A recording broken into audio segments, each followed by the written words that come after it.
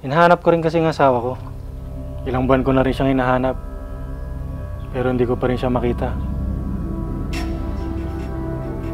Ikaw, anong kwento mo?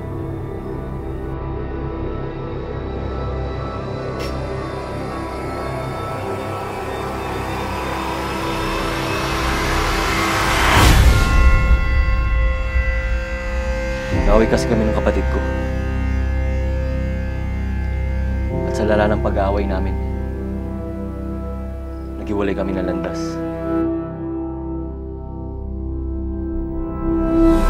Hindi ako laban.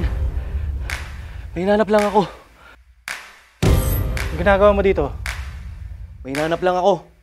Nawawala kasi yung kapatid ko. Pero hindi ako masamang tao. Akala ko ako lang nandito.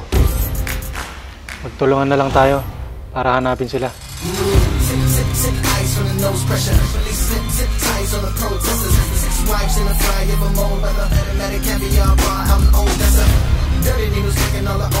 Sino ka?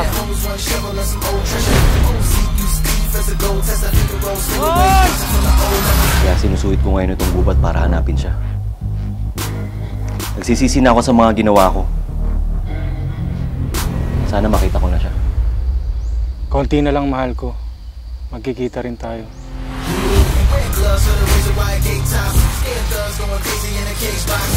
Looking at the world through the TV.